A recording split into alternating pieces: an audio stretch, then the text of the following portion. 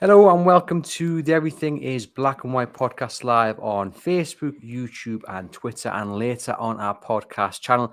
If you're watching on our YouTube channel, please hit that subscribe button. Loads of great content to come, especially over the next few days down in the capital and beyond.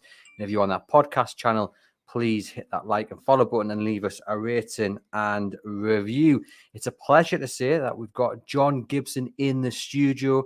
Regular viewers and listeners will know it's usually done over StreamYard, but John's kindly come in to Chronicle Towers to preview the big game this weekend, the Carabao Cup final between Newcastle and Manchester United. You had to come in, John, didn't you? Because it's such a big moment. Oh, absolutely huge. I've waited 24 years for a moment like that from the last cup final, which ironically was Newcastle v Manchester United, 1999. But may I say that Manchester United, as good as they are, aren't as good as that team, which is the only team that's ever won the league, the FA Cup, and the Champions League treble.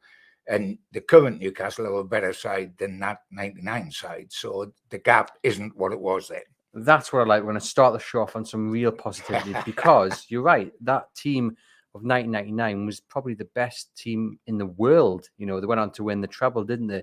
Oh, yeah, it's been voted the best Premier League side ever, that Manchester United side. And whereas this time around, even though Manchester United are on a great run of form, Newcastle's form has dropped off somewhat, especially to what it was earlier in the season. You know, you strip away the form and you would argue that the teams go into the final on level pegging, really, in terms of the squad. Yes, I only hesitated there because of what happened last Saturday. Nick Pope aside. If you go before last Saturday, it was a 50-50 game, absolutely no doubt whatsoever. And as far as we are concerned, as Geordies, it will remain that to the rest of the country. The fact that we lost the week before, the last game before Wembley, and lost our goalkeeper, and will play with a fourth choice goalkeeper at Wembley, has tipped the scales a bit in their favour. But hey, so what? I mean, I was frustrated, angry, and depressed immediately after the Liverpool game. Why though? Because if you don't know why, there's something sadly wrong. Why? I'll tell you exactly why. Because in the first quarter of an hour, we let in two horrific goals. The best defence in the league let in two naive goals. Having let in naive, let me finish, you asked why. Having let in bad goals from corners in the previous two games. Then Pope goes crackers. Not for the first time, the second time. He did it on the other side of the pitch and ran out and headed into touch, if you remember. Got it right that time. Got it hopelessly wrong this time, grasped the ball and he was off. So in 20 minutes, we committed suicide. We're guaranteed that we'd go to Wembley on the back of a defeat, and we're guaranteed we'd go to Wembley without a goalkeeper. Having made a mess of the Dubrovka-Darlow situation in the meantime, so we were going to Wembley with a fourth choice goalkeeper who in the last 2 years has played 45 minutes of a friendly in the desert. That's why I was depressed. Having said that I was depressed, you dealt the hand you dealt and you've got to make the best of it. And therefore, I'm going to walk with optimism towards Wembley, towards the final, because we have no option. We either die and say that we haven't, our chances gone and Lady Luck's turned her back on us and all that, or you say, hey, we've still got the best defence in the league. We've still got 10 outfield players that have already proved themselves time and time again this season. A two-horse race is never a one-horse race. We've got a chance, and we've got more than a chance, and you're fortified. You see, I'm going to have to disagree with you. Well, as much as the opening 20 minutes was an absolute disaster against Liverpool, I felt the way Newcastle played for the rest of the game, I felt they should have got a point at the very least because they had some really good chances. Why didn't we get the point? Because we had really good chances we didn't take, and that's what we've been doing all the time. But you take the positive out of that they at times you couldn't tell, for most of that game actually, you couldn't tell that Liverpool had the man advantage, and it was just poor finishing from Newcastle side. Did that not infuriate you? That you've admitted poor finishing. You've admitted the two goals were bad goals. You admitted we've got 10 men. And I tell you what, that Liverpool side, that defence was there for the taking. And it was proved in the next match when they played Real Madrid, they had a 2-goal start again, Liverpool, in the League 5. Their defence is poor. In the way Maxi was playing, which was outstanding, and he was back to his best on that day, if we got off on a level playing field, i.e. those 2 goals hadn't gone in the first quarter of an hour, and would stay at 11v11, we would certainly not have lost that match, and I think we would have won that match. And therefore, I find that very frustrating 1 week before Wembley. But do you not take positives from the way they played with 10 men for the remainder of that game? Because when you're down to 10 men, you could collapse and it'd be a cricket score. But I don't want to be a valiant loser at Wembley. I want to be a wonderful winner. But the point I'm making is that when you are down to 10 men, you could easily collapse, and Liverpool could have, ran Newcastle, quite right. 3 or 4 goals. Once the game's over, the scoreline reads Newcastle 0, Liverpool 2, and you haven't got Pope, you haven't got Dubrovka, you haven't got Darlow, you've got a goalkeeper who played 45 minutes. It does. That's fact. They are facts, Andrew. They are, but the way they played, you take positives and you take that into this week, surely. We are going on a record of 1 Premier League win in the last 7 matches. Now, by the way, you're turning me into a negative situation here about a final where's a Geordie. I want to be very positive, but I can't accept blind faith. Blind faith equates to stupidity to me, and I think it's blind faith. We can play as valiantly as we did for 70 minutes, and we did at Wembley. And if the scoreline is Newcastle 0, Manchester United 2, you wouldn't be pleased, would you? No. But my point being is that I know what your point is. Have you taken my point? I have taken your point, but what I'm saying is that I'd rather go into this game the way they played against Liverpool with 10 men than go into the game having lost 4 or 5-0 and a total collapse. Well, of course. You've got to take those positives. And we've got plenty of comments, people watching live, so let me dive straight into them. We've got David saying, playing well, only goes so far, goals win you games. And he makes a valid point there. Newcastle have only scored 3 league goals in 2023, 8 in all competitions. But as much as I'm talking up the way they performed on Saturday, the reason they didn't get a point is because they couldn't take their chances. They were not clinical. They have not been clinical.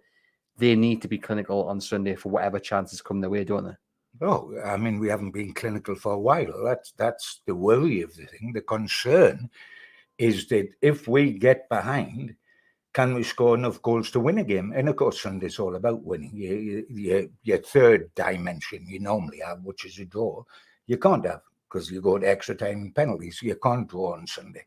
And yes, and when we did so well with 10 men, and let me emphasize that we did, my frustration was that we committed suicide in the first 20 minutes, but we did terrific after that. But we had chances. I mean, I can remember Dan Burn rising above everybody with a header, etc., etc. But those chances now, what worry me is they don't get taken. And once they did. But hey, as I said, you're dealt a hand, and that's your hand regardless. We've got to go without Pope and without Dubrovka and without Darlow. We haven't got the option. That is the hand we've got. And we've got to get on with it. And, we've got the best defence in the Premier League.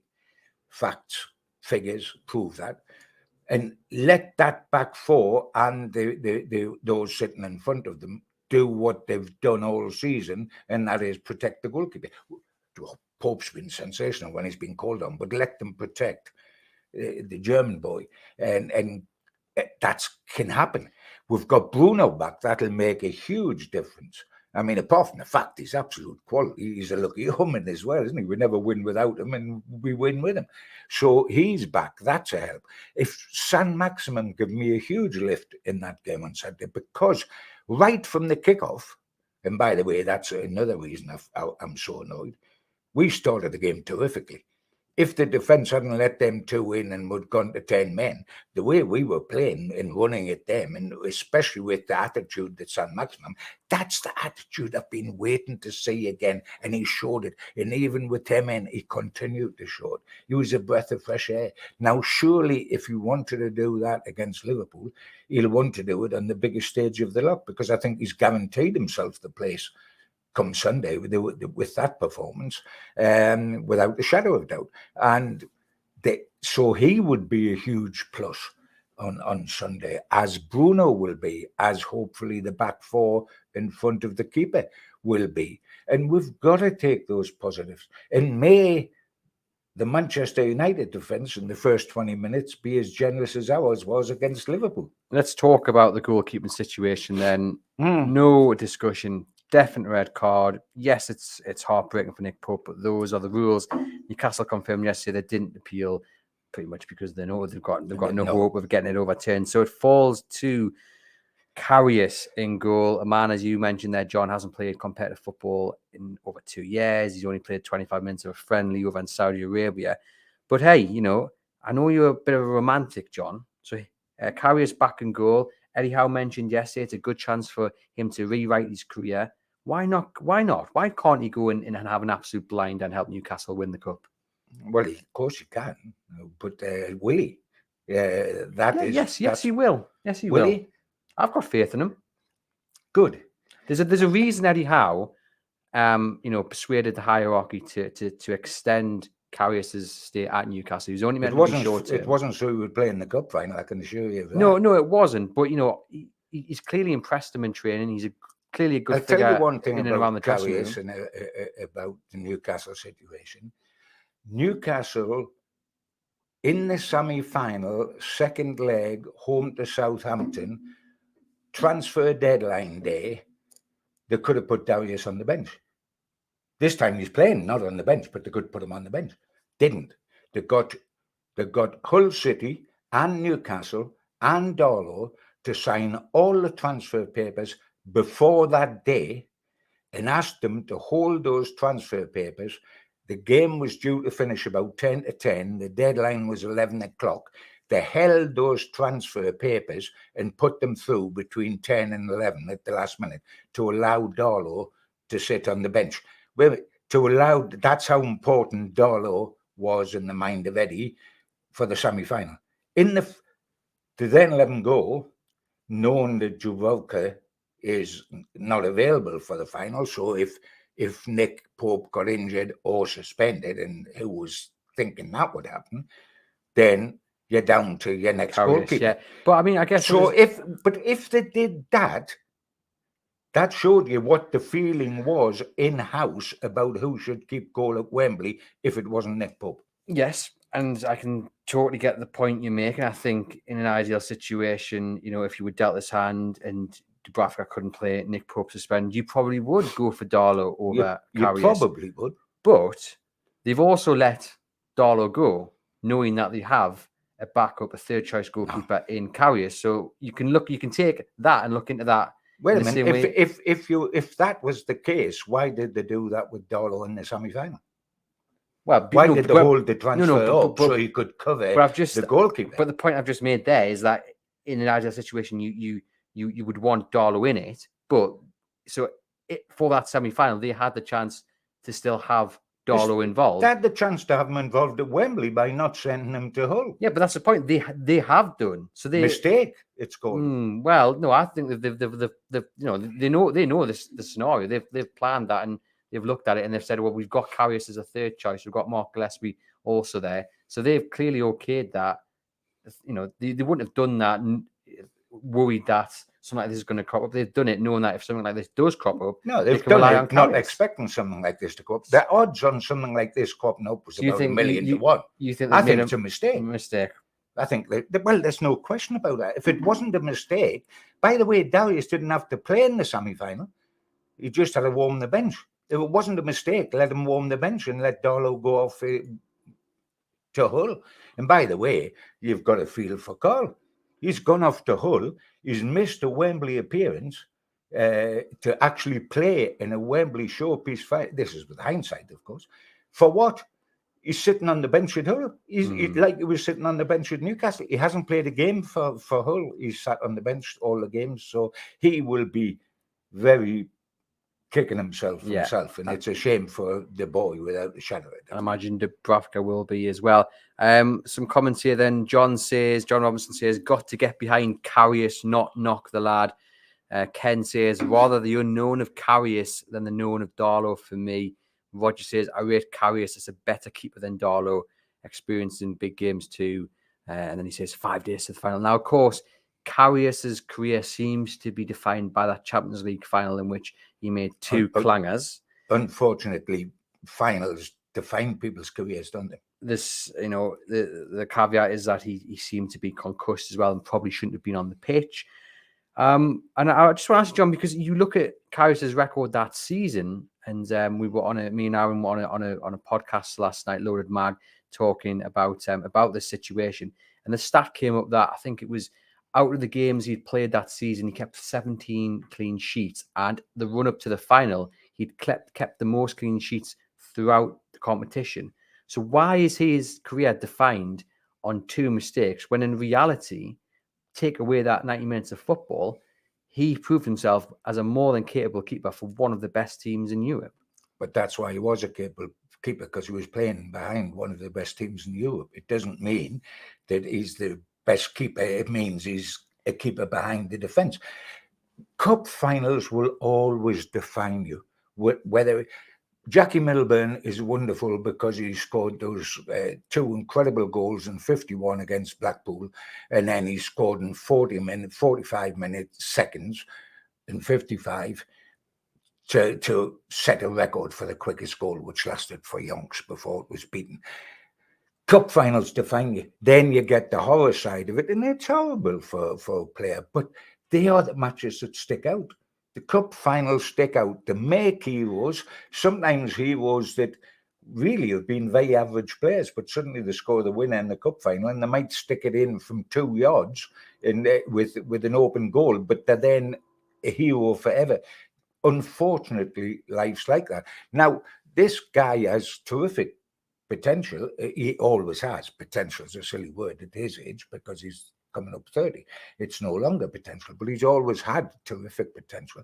He's been generally a good goalkeeper, etc., etc.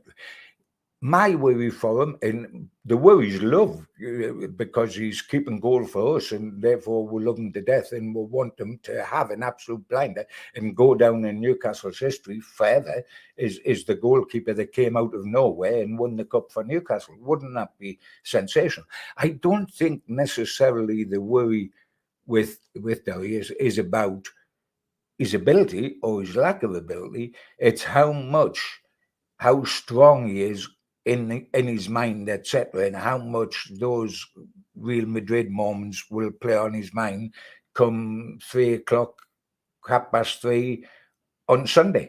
It's how strong he is mind-wise, knowing that a lot of the world out there, Geordies apart, are going to be looking at him to see if he'll make a mistake, because he did the last big final.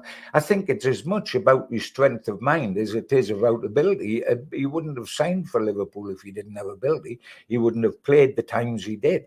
What he's got to do is not suddenly panic and think, for 2 years I haven't kicked the ball, 40 minutes or 45 minutes in the desert, when Newcastle eventually won that match 5-0, was not going to test the keeper to the nth. So it's really his mental strength more than his ability, which will be under the microscope at Wembley. But let me say straight away that, I mean, I am desperate for the kid to fully justify himself, to justify us, to make our dreams come true.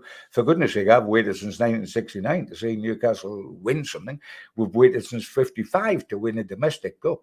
We are desperate for him to be a success, desperate for Botman and the back four to show the sort of form they've shown for 9/10 of the season and be watertight. Then look at Maxi getting a new surge of enthusiasm and optimism and running power, that Callum Wilson comes back fit, and by fit, I mean not fit like me and you fit, but athletically fit, that you can play and do what you can do in a final. Because we need it to be like that. And this team deserves the opportunity to go to Wembley and do itself justice. It has fought in the Champions League place all season, albeit we've just dropped out of that before we go to Wembley the 5th, but it's still redeemable. We can still get back into the Champions League placings.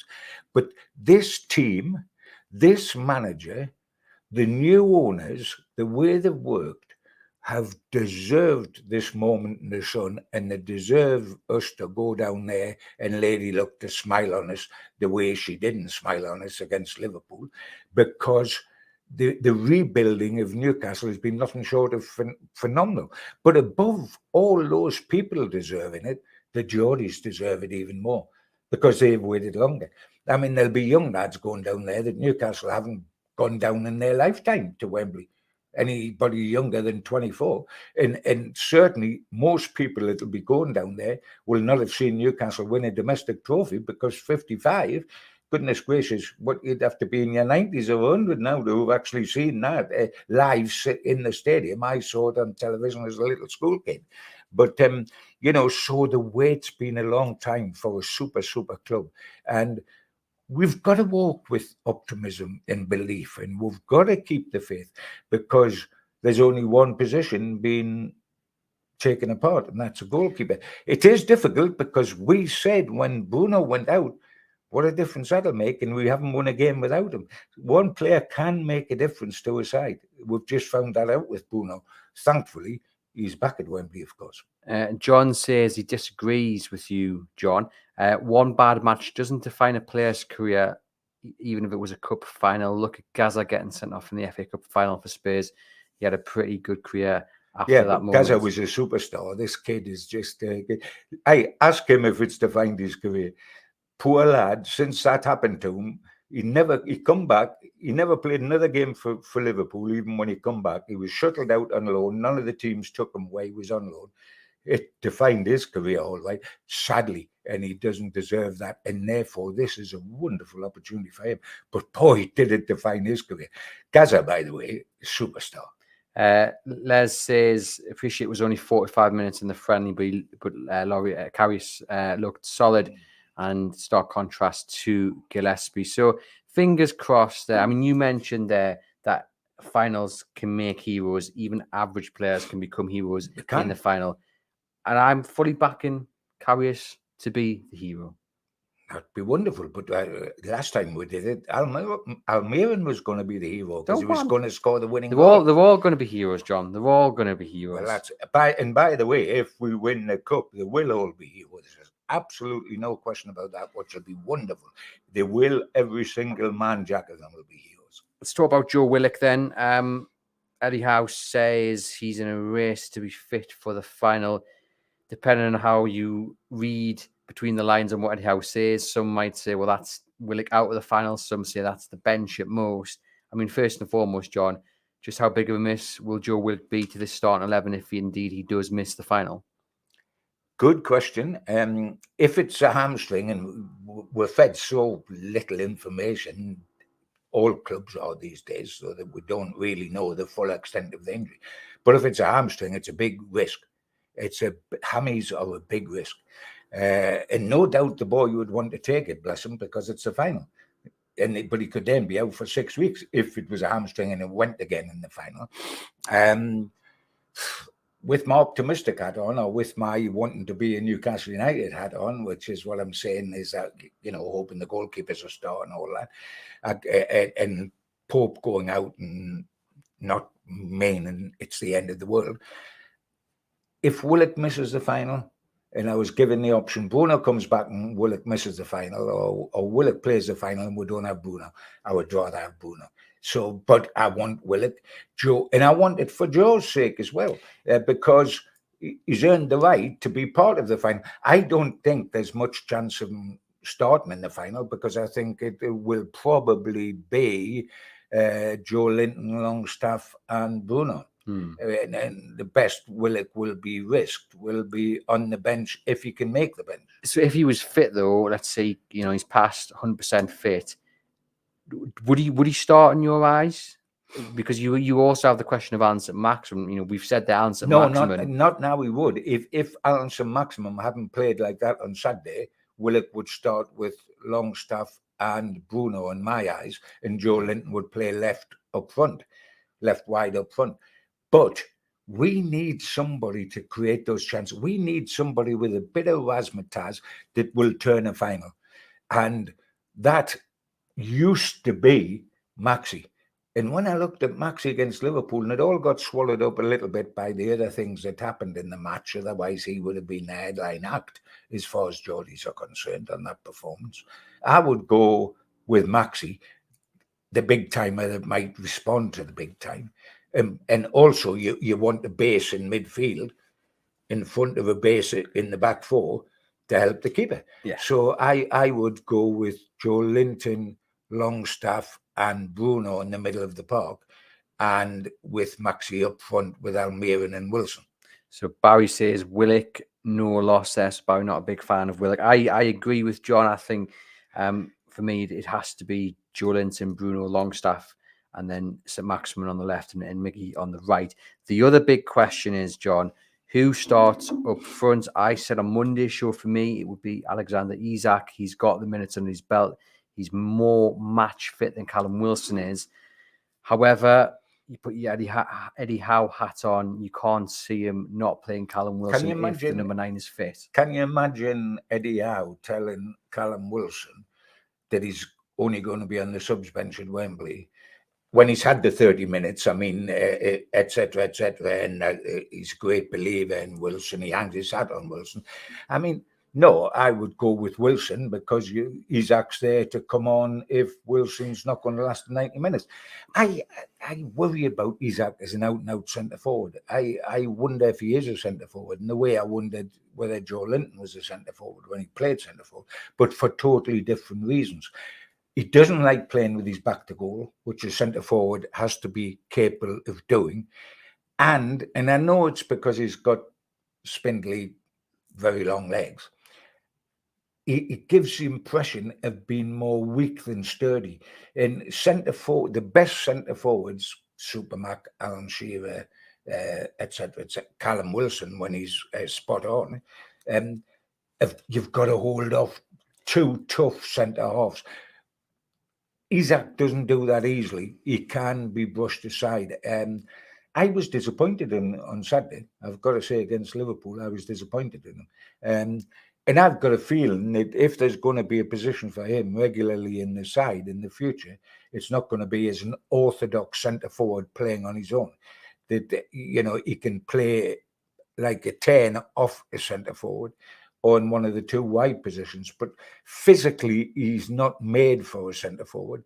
And his way of playing, he doesn't like playing with his back to goal. I'm going to disagree with you again. I thought he played quite well against Liverpool. We've got John Robinson again saying that he'd play Isak because he looked very sharp against Liverpool. I thought he did look quite good, and I get what you're saying. He doesn't look that strong, but I think he's deceptive in that. I think he can definitely handle himself. I think he can definitely bully defenses, even though he doesn't look like he's got the muscle on him. Defenses. I think so.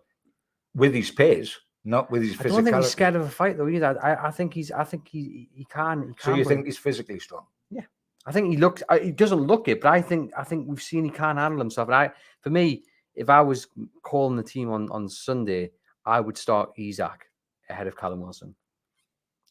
But you don't think you'll see that because you think I will start Callum Wilson instead of Isak. Yeah, because I think we always say what we would do and then what Eddie Howe would do. But also, I was thinking about this last night that actually because with Eddie Howe, what we tend to see is the same team, and that's in the league. You know, he likes to build and build and build, and you know the familiarity of the starting 11. But I just wonder, because this is 90 minutes of football, this is one opportunity, one chance for you to win. You know, there's no second chances here. Does he change his usual approach, and maybe does he play Isak where if this was a league game, he'd play Wilson because he likes to get that ball rolling with the momentum and with the familiarity of the starting 11. But here, does he just go with the player he thinks can win this match outright because there is no second chance? Well, if you ask me to talk about what he's thinking as opposed to what I think or you think, because he's the one that matters, no, he won't. He'll start Wilson. I believe he will start Wilson. Whether that's right or wrong, and I think deep down inside you think that he'll probably start Wilson, although you wouldn't. Yeah. But you think he probably will.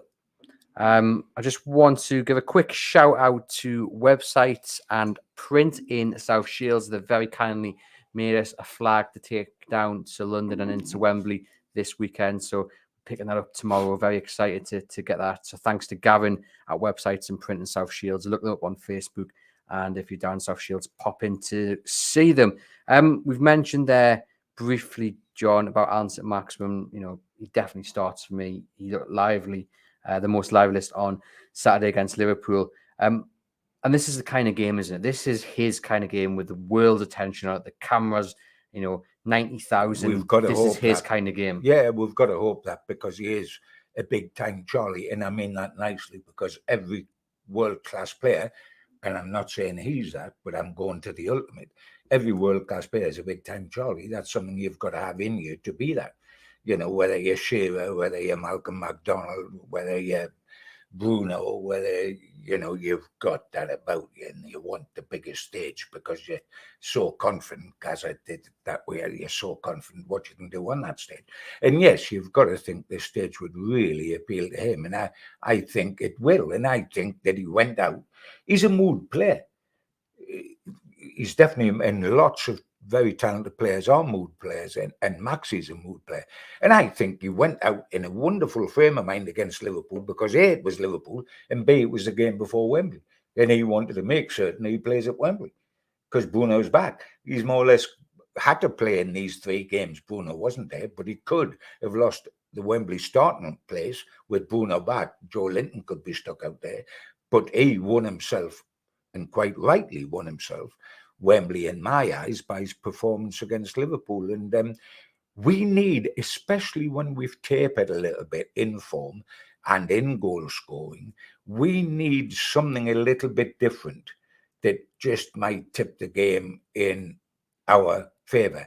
And I think we're more likely to get that, for example, off him than off Isak, because it will be totally different off him. Yeah, I mean, he doesn't know sometimes what he's going to do, and that worries defenders. So I think the match is made for St. Maximin. And when he says go, he looks sensational. He does. And Man United showed against Leicester City, for all they won 3-0. The first half was pretty poor by their standards.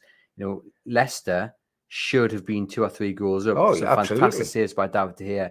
Leicester just not clinical enough. So I think if you're Newcastle and Eddie Howe, I did a video on it yesterday on our YouTube channel, you look at the way Man United played against Leicester and you take positives from the defence is there to be got at, and Newcastle United just have to be on their top of their game and make sure that whatever comes their way, they take the chances. And I think St. Maximin could have a really good game against Manchester United's fullbacks. Yeah, I mean, you've got to look for something different.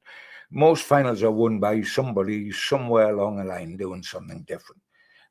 Because otherwise it can be a game of chess, because both sides will go there well prepared. Both sides have got excellent managers. They have absolutely revitalized the clubs.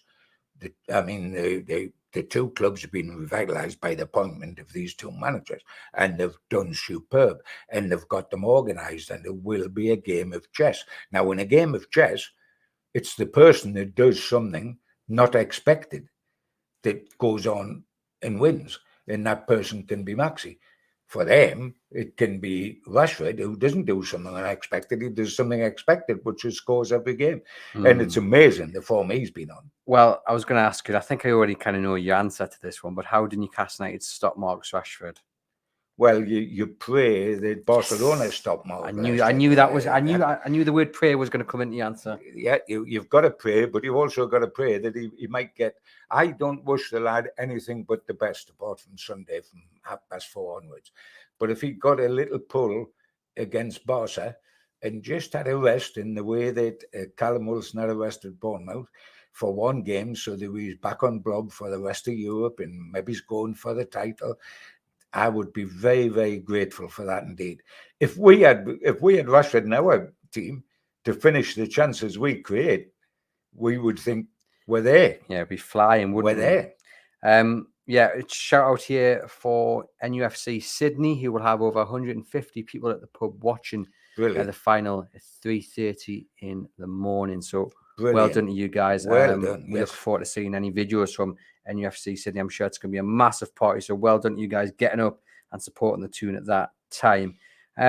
Just a final word on Manchester United. I mean, they are the informed side, but the fact that Eric Ten Hag came out after the Leicester game, bearing in mind they won 3-0, and he kind of slammed his side. You know, he called them rubbish. He said they were lucky that they can't start the game against Barcelona, against Newcastle in the same fashion. You know, do you think he's slightly wary of doing exactly that because, you know, he's wary that Newcastle have the players to hopefully take the chances? I hope he's slightly wary, but I suspect that he isn't, and that he's just playing the game. You can say somebody's rubbish for the first 45 minutes, you know, when you've won 3-0. It's easy to say then, and he was right, and I'm pretty certain that's what he said at half time. But he half got a response in the second half against Leicester because it was a different game. I don't, you know, I've got this funny old thing. I don't want to dwell too much on Manchester United. You can go down that route. You can talk about what Ten Hag has done. You can talk about the guts he's had to sort the team out and throw Ronaldo out the club and do this and do that. And Rashford is rejuvenated and Sancho's been handled brilliantly. And De Gea has proven that he's still at his age the wonderful goalkeeper that he's always been. You can frighten yourself to death, but I used to listen to Joe Harvey when he was manager at Newcastle, still the last man to win a trophy until Eddie Howe does it on Sunday. So he's got a position in our history. And when we won that trophy, the European First Cup 1969, Joe used to always say, I don't worry too much about the opposition. I worry about us. If we get our game right, let them worry about us. Because if we get our game right, we have a chance, a real chance of doing something. And I want to concentrate on a wonderful defensive record, that Bruno's back, that Big Joe's still up there bombing, that Wilson might come back in and discover he can score goals for fun when the opportunity arrives, because it's a massive moment for him, as the World Cup was, to stamp his position within the club. That Miggy will go out and want to run on a huge pitch and prove his part, and that it's made for Maxi. I would rather concentrate on that than look at Manchester United and either scare yourself or big them up too much. You can big sides up too much. And if we get it right, we've proved this season.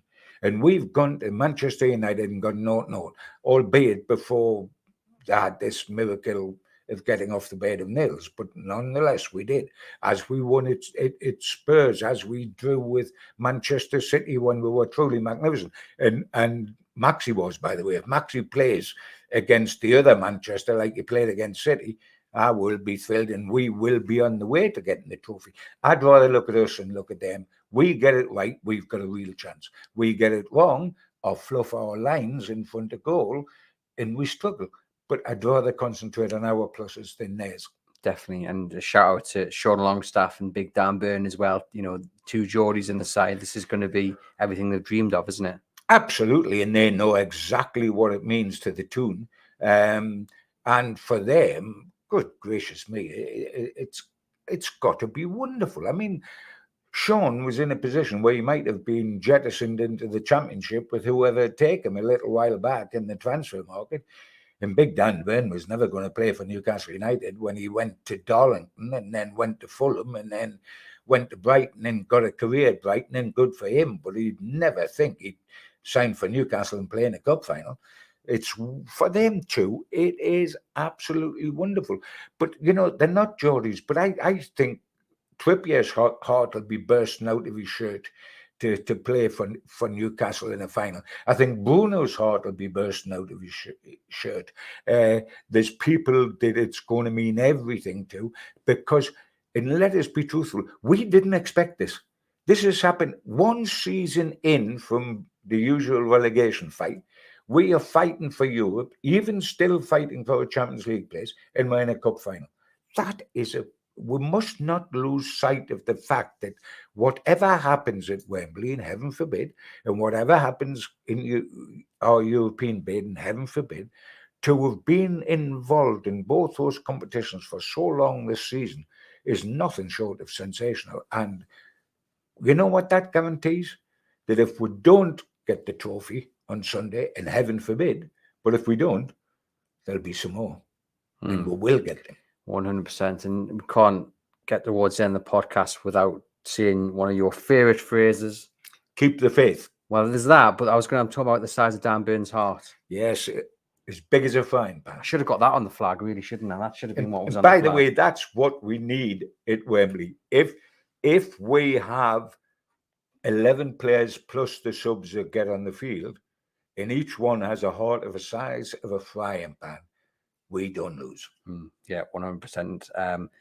Yeah, unbelievable. I just want to have a quick word. You mentioned there Joe Harvey, because a lot of people are talking about how Eddie Howe winning the cup, be up on the level of the great Sir Bobby Robson and Kevin Keegan, who, of course, saved the club, turned the club around, turned them into title challengers. And Sir Bobby did, very similar after the disaster of Kenny Dalglish and Ruud Gullit.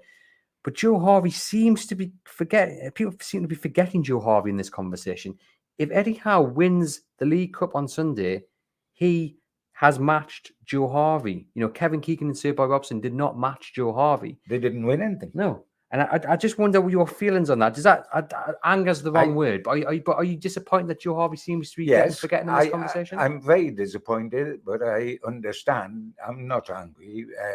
And by the way, I'm not trying to devalue Kevin Keegan and Bobby Robson, because what they give me in terms of excitement. I mean, Kevin Keegan got his runners-up in the Premier League, and Bobby Robson got his third top of the Premier League. That's some achievement. It's incredible that neither won a domestic trophy. I mean, that is hard to believe. But I think the trouble for Joe is that it's so long ago. Memories fade. Young supporters will remember either themselves or their dads talking about Bobby Robson and Kevin Keegan. But Joe is that far back. But Joe stands alone at this given moment in Newcastle United history, because not only did he win the European Fairs Cup, which is the only trophy we've won since 1955, but 1951, Joe Harvey was skipper when we won the FA Cup at Wembley. 1952, Joe Harvey was skipper when we won the FA Cup at Wembley. 1955, Joe Harvey was coach when we won the FA Cup at Wembley. 1969, Joe Harvey was manager when we won the European Fairs Cup. That's some devotion to Newcastle, and it's some success rate at Newcastle. Can you, as a skipper and a manager, the skipper's the manager on the field. As a skipper and the manager, he won the FA Cup twice as a skipper. He won it once as a coach, and he won the European as a manager. He can't be overlooked in the history books. He is the aim. Eddie Howe was quite capable of matching and then topping him in the long term, because cards are stacked in his favour with the sort of owners he's got. But also, don't take anything away. If Eddie does it, Eddie's earned it. Because it doesn't come automatic with the territory. And if he didn't do it, he would get the sack and somebody else would be brought in. Abramovich did that all the time. But if Eddie does it, he's earned it through the quality. But yes, I think Joe a little bit is forgotten. Yet if you realise what he's done, and with us being the final, it sort of crystallises in our mind what he did. 51, 52, 55 and 69. The common denominator in all those, Joe Harvey. Absolute legend. So if you are a younger viewer, you're not quite sure about Joe Harvey, I'll pop a podcast into the comments that we did a documentary on his career at Newcastle. It's well worth a listen to. John was on it. Players that played under him like Supermac, Joe's son Ken's on it as well. And you can just learn a little bit about him. I hope that doesn't come across patronising, but I'm a big fan of Joe Harvey. And I think he needs to be involved more in this conversation about what Sunday can be all about if Eddie Howe does indeed win the League Cup. Geordie 2 for Life says, I'll never forget what Joe Harvey did for us. Never, ever. Finally then, John, will Newcastle United win the EFL Cup, the Carabao Cup on Sunday? Great question. With all my heart, I am absolutely desperate. I've gone 4 times to Wembley with Newcastle United, 74, 76, 98 and 99, and 4 times come back without the trophy. My wonderful memories of those years were all getting there. They're all the semi-final wins with the 2 stars, the Supermac first, scoring against Burnley twice. Shearer semi-final goals at 198 and 99. They're my memories. I want them to be bettered. I was convinced before our misfortune with Pope that we would genuinely convinced, not just with heart, but with head. Now it's as much heart as head because I'm desperate to win. I think we can overcome what is a blow. It's no good pretending that having your fourth choice goalkeeper, yes, you back him to the hill, and we do. I want him to be the hero of the hour. I'll go and give him a kiss on both cheeks if he is when he comes back here. Don't worry about that. We want him to be the hero. I'm not kidding myself. This is going to be a walk in the park. And it's going to be less a walk in the park than it was because of the circumstances. And we've had a little dip in form apart from the goalkeeper. And they've got stronger. But 2 horse races, nobody's ever not going to. And if we want to look, just to finish off, if we want to look at upsets, and I'm not suggesting for 1 second this is an upset, but you like to see upsets because you think, yeah, Man City lost to Wigan in the cup final at Wembley in the 20s, in the 200s, 2013 or something like that. And that was the team of Aguero and Toure and Company and the great side. When Newcastle last won a trophy, 1969 with Harvey, we were told when we got to the final, we were playing the best team in Europe, Uspestosa. And the great managers of the time, Don Revie at Leeds, who were the English champions, Jock Stein at Celtic, who had played against them, and Shankly at Liverpool, said Newcastle have no chance. They're playing the best side in Europe. And they had already beaten Leeds home and away, the English champions, before the final. We not only beat them at St. James's Park, we give them a 2-goal start in Budapest and beat them in Budapest as well. So the last time we got a trophy, we triumphed against the odds. We don't see it as against the odds on Sunday as Geordies. The rest of the country does. The rest of the country are tipping Manchester United. Can we win it? Yes. Will we win it? If Lady Luck doesn't turn her back on the keeper or on us as a team, the answer is yes. Yeah, to coin a phrase, originally said, just say yes, John. And then he said, is that a yes thing, Gibbs? That's a yes. It is a yes. It is a yes. It is a yes. I'm fully backing Newcastle when I'm right back. Yeah, they're going to win it and they're going to be back here on Monday. Geordies always have the pot half full, not half empty. And yes. They're going to win it. Yeah. I'm looking forward to it. I'm confident this is their moment. And this weekend's going to be absolutely brilliant. Well, John, thank you very much for popping into Chronicle Towers. Delighted to appear on the Everything is Black and White podcast. The match preview, I realized I put review in the headline there, so I'll get that changed. But yeah, the match preview ahead of the Carabao Cup final on Sunday. Just so nice to be able to say Newcastle United in a final, isn't it? Head over to chroniclelive.co.uk to keep up to date with all the latest Newcastle United news, including all the build-up to this big game, and hit that subscribe button on your podcast app and on YouTube to stay tuned with all the goings on down in the capital this weekend. Thank you very much for